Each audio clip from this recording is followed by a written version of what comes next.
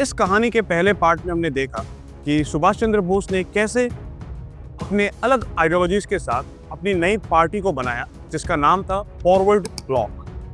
Arrest होने के बाद जेल में जाकर उन्होंने हंगर स्ट्राइक की शुरुआत की, जिसके कारण बाद में ब्रिटिशर्स को उन्हें मजबूरन छोड़ना ही पड़ा। मगर रिलीज करने के बाद भी उनके ऊपर सरकार की कड़ी नजर थी और पुलिस हर वक्त उनके घर के बाहर कड़ी निगरानी कर रही थी। ब्रिटिश सरकार का यही प्लान था कि जैसे ही नेताजी की तबीयत थोड़ी सी अच्छी हो जाए उन्हें वापस किसी न किसी बहाने से जेल में डाल देना है। मगर नेताजी के दिमाग में कुछ और ही चल रहा था।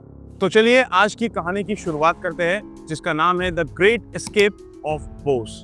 तो नेताजी को हाउस अरेस्ट में रख के अब कई दिन हो चुके थे। इस बीच उनका खास दोस्त मियान अकबर शाह उनसे मिलने आते हैं। नेताजी उन्हें अपना प्लान बताते हुए ये कहते हैं कि उन्हें यहाँ से निकल के अफगानिस्तान के रास्ते सोवियत जाना है, जिसके लिए उन्हें अकबर शाह की मदद चाहिए थी क्योंकि वो पहले भी ये रूट ले चुके हैं। ये सुनकर अकबर शाह उनकी मदद को तैयार हो जाते हैं और जंग खत्म होने तक वही सड़ाएंगे या फिर मेरी जान ही ले लेंगे। इसीलिए मैं चाहता हूँ कि हिंदुस्तान छोड़कर रूस चला जाऊं काबुल के रास्ते। जी हाँ, मैं आपकी पूरी मदद करूंगा। 16 जनवरी 1941 रात का समय था। नेताजी अपने भतीजे शिशिर चंद्र बोस का मदद लेकर अपना भेष बदल लेते हैं एक पठानी इंश्योरेंस एजेंट में, और उनका नाम होता है मोहम्मद जियाउद्दीन। रात के अंधेरे में पुलिस को चकमा देकर शिशिर उन्हें अपनी जर्मन इंपोर्टेड कार में बैठाकर कलकत्ता से बाहर ले जाते हैं। अगले दिन सुबह वो लोग धनबाद पहुंचते हैं, जहां पर नेताजी मोहम्मद जियाउद्दीन बनकर ही शिशिर के भाई के घर पर रात गुजारते हैं। अगले दिन सुबह वो लोग वहां से निकलते हैं और झारखंड के गोमो स्टेशन पहुंचते हैं।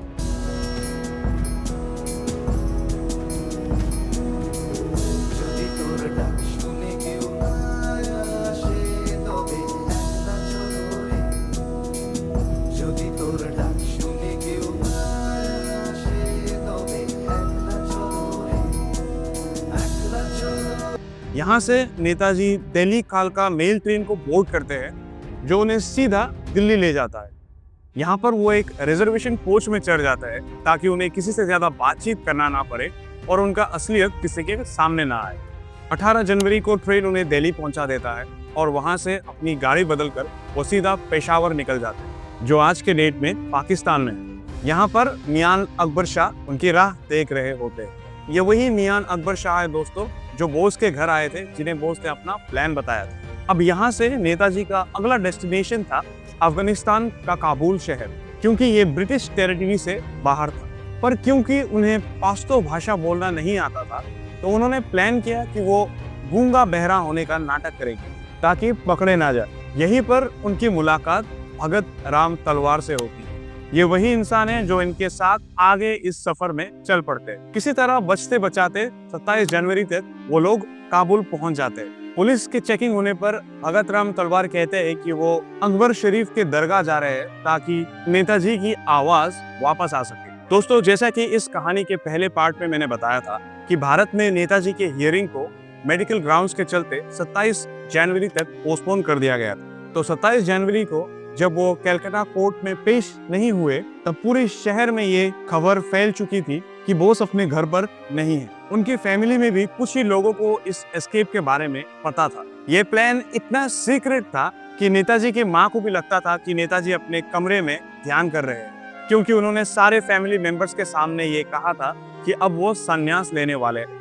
दूसरी तरफ ब्रिटिश सरकार के लिए ये एक बहुत ही शर्मनाक बात थी कि उनके कैद से एक इंसान रातों रात गायब हो गया। वो अब हर जगह बोस की तलाश करने लग गए। पर नेताजी ने शिशिर से पहले ही कह दिया था कि मेरे भागने के खबर को 4 से 5 दिन तक दबाए रखना बस।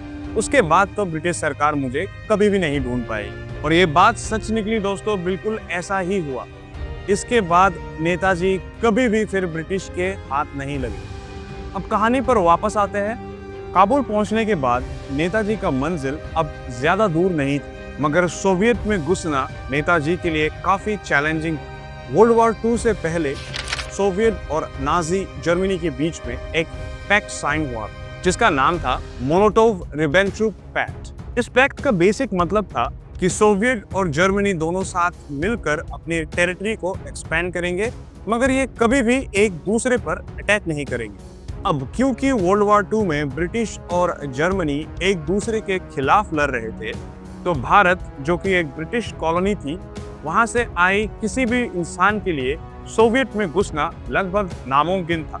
कई हफ्तों की लगातार कोशिश के बाद बोस अफगानिस्तान के इटालियन लेगेशन से मिलते हैं और वहां से उन्हें मिलता है एक इटालियन पासपोर्ट और एक नई आइडेंटिटी, और इस बार उनका नाम था ऑरलैंडो मज़ोटा।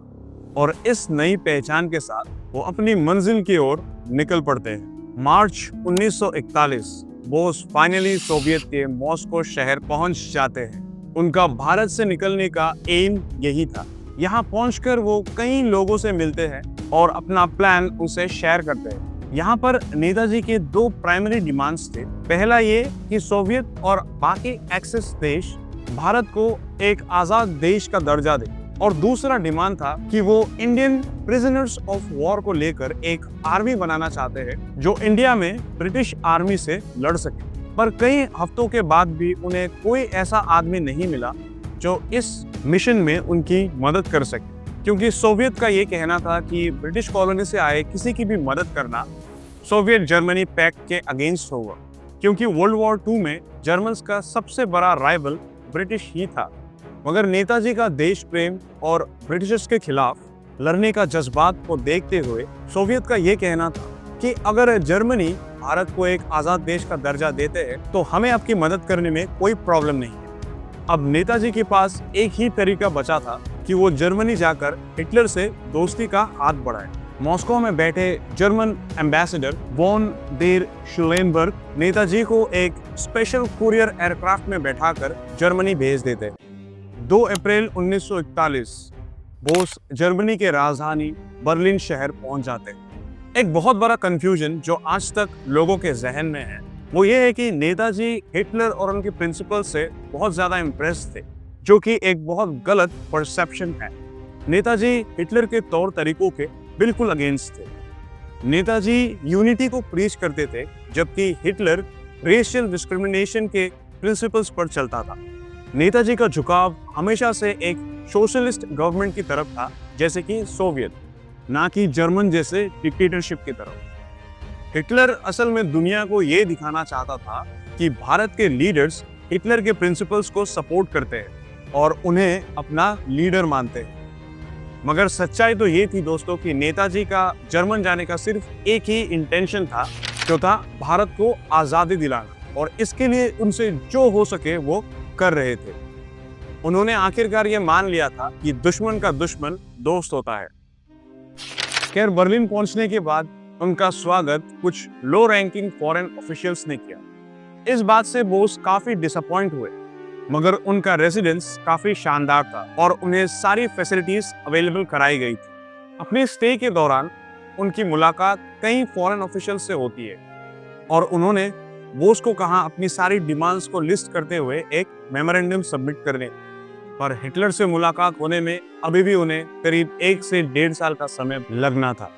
9 अप्रैल 1941 बोस अपनी मेमोरेंडम को ड्राफ्ट करते हैं 3 प्राइमरी डिमांड्स के साथ। पहला, जर्मन और बाकी एक्सिस पावर्स को नेताजी के साथ एक ट्रीटी साइन करनी थी कि जैसे ही वो ये जंग जीत जाते हैं उन्हें भारत को आज़ाद करना होगा। दूसरा, उन्हें इंडियन प्रिजनर्स ऑफ वॉर को लेकर 50,000 लोगों की एक आर्मी बनानी थी जो भारत में ब्रिटिश के खिलाफ लड़ेगा।